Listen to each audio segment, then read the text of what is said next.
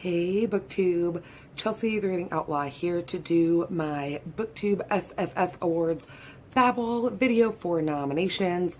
I'm here to give you guys a list of potential things to consider nominating in each category for the BookTube SFF Awards.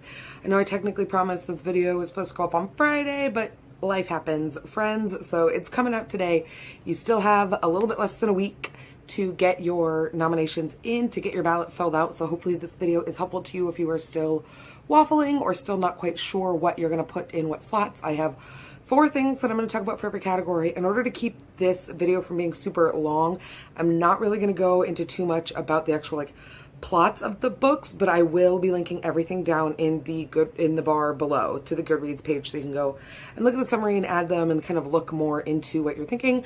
But because I have 4 titles in every category, I just wanted to give you guys some things that I'm considering nominating. I will end up probably picking my 2 nominations in each category from one of these 4. Every one of these 4 fits the nomination criteria and is also, I tried my best to make sure that there's no more than one white dude in any given category, as a lot of these categories are all female, all people of color, queer people. So I tried really hard to stay away from cis white dudes. That's just the aesthetic for this channel. If that bothers you, please feel free to go check out somebody else's recommendation video. So without further ado, starting at the very top, my 4 potential nominees for best sci-fi book of the year are The Collapsing Empire by John Scalzi. This is my one white dude pick. John Scalzi is almost always my one white dude pick, and I loved this book. Bonus points if you can find it on audio, because it is narrated by Will Wheaton, who will forever be my forever bae when it comes to audiobook narration. The next one is Into the Drowning Deep by Mira Grant. Mira Grant is a pen name for Seanan McGuire, who you will see elsewhere on this list and on the list of several other people.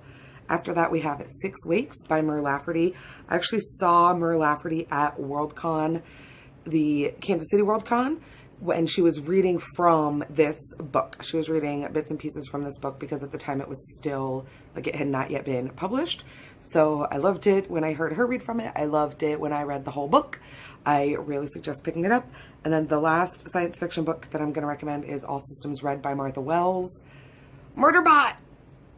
Okay, and then the next category is Best Fantasy Book. The first one is The Bear and the Nightingale by Catherine Arden. This is another one that I picked up an arc of at WorldCon and loved it from the minute I read it. I do not always have the best luck with Russian or Eastern European based fantasies, but I thought that this one, or fairy tales, but I thought that this one worked super, super great. The next one is Peter Darling by Austin Chant.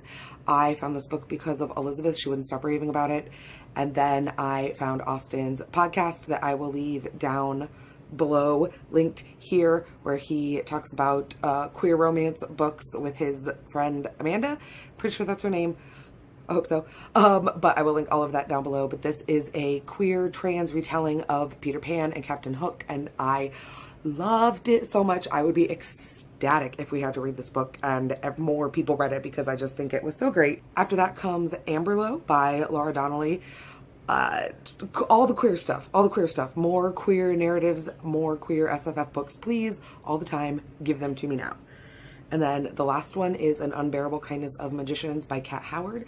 This is probably my fantasy potential nominee that I would recommend on audio. I thought it was absolutely wonderful on audio. It's literary enough that it just flows like liquid honey. The prose is so fantastic. Those are the 4 fantasy books I would recommend. Next up, we have the young adult books that I'm considering nominating. The first one is A Crown of Wishes by Roshani Chokshi. This is the 2nd book in a series. It was the sequel to A Star-Touched Queen. And oh my God, you guys, I love these books so much. They are, they very reminiscent to me of The Night Circus, but for young adults and not super white. So really highly recommend checking it out if that sounds interesting to you at all.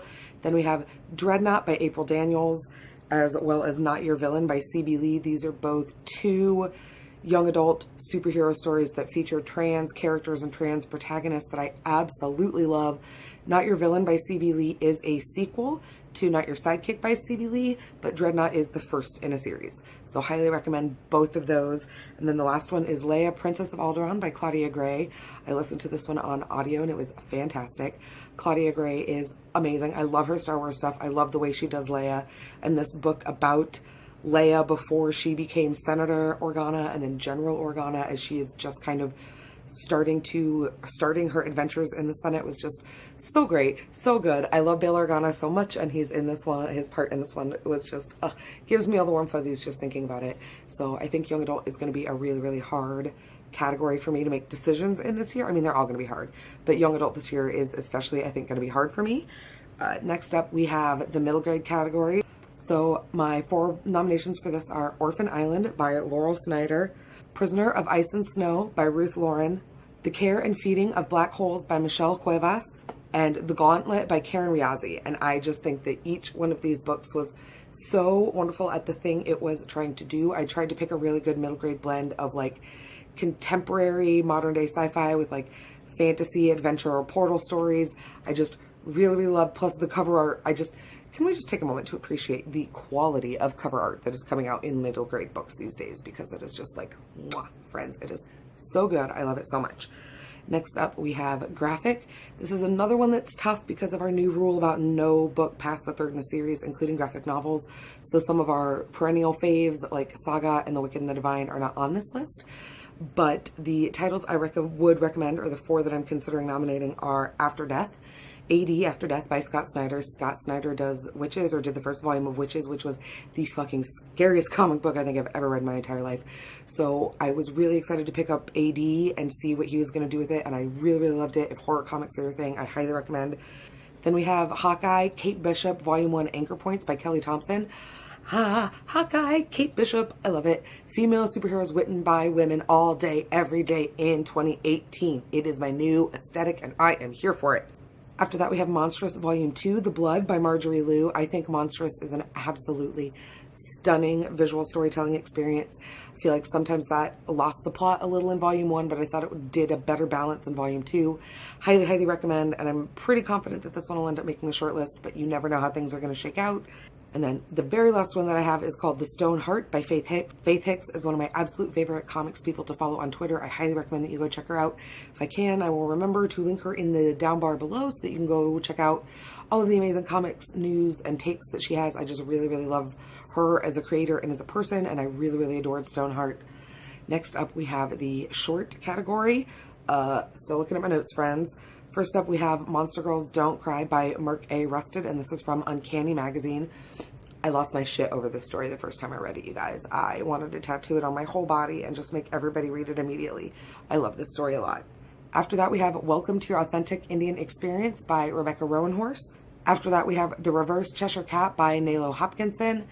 And the very last one I have is called A Nest of Ghosts, A House of Birds by Kat Howard. Those are, the Rebecca Rowanhorse was new to me, but the Nalo Hopkinson and the Kat Howard are 2 authors that I really, really super love. And their fiction, I just think, always packs a really good punch. So I would highly recommend checking all 3 of those stories out. Luckily, none of them are super, super duper long, so you could probably read all 4 and then decide if you wanted to nominate one for the BookTube SFF Awards. Just throwing it out there. And then very last, our new category, debut novel. Now, it is possible for novel selections to overlap with one of the other categories and a best debut, as long as it is their first debut novel in SFF. However, just to keep it interesting, I picked 4 novels that were not mentioned in another category. So the 4 that I'm considering nominating are Hunger Makes the Wolf by Alex Wells, who's an absolutely amazing speaker and author who I saw at Worldcon and have been following ever since. I also picked The Strange Case of the Alchemist's Daughter by Theodore Goss. This was one of the few horror books that I read last year that did really, really super interesting things with kind of the history of monsters in horror and famous horror characters, while also putting spins on the story and twists on the story that I wasn't expecting. So I really, really loved the book. And then the last 2 are Prey of the Gods by Nikki Dryden and The Epic Crush of Jeannie Lowe by F.C. Lee. And there you have it, friends. There are 4 potential titles for you to go to check out in each of the BookTube SFF Award categories. Let me know down below what you put on your shortlist, what you're still trying to decide to put on your shortlist. I'm finalizing my picks now. Some categories were much easier than others, but it is always a little nail-biting to go through nomination processes if you're me, because I'm not super great at making decisions and then sticking to them. But yeah, friends, let me know down below what you think should be nominated or what you're planning on nominating. Tune back in for future SFF Babbles topics. You can find all of those available on the website. If they're not out yet, they're just about to be finishing. As of the time I'm recording this, we're just finalizing what some of the topics are going to be. So please always get in touch with myself, with the BookTube SFF Award Committee. And until next time, friends, take care of yourselves, take care of each other, and have happy reading. Bye.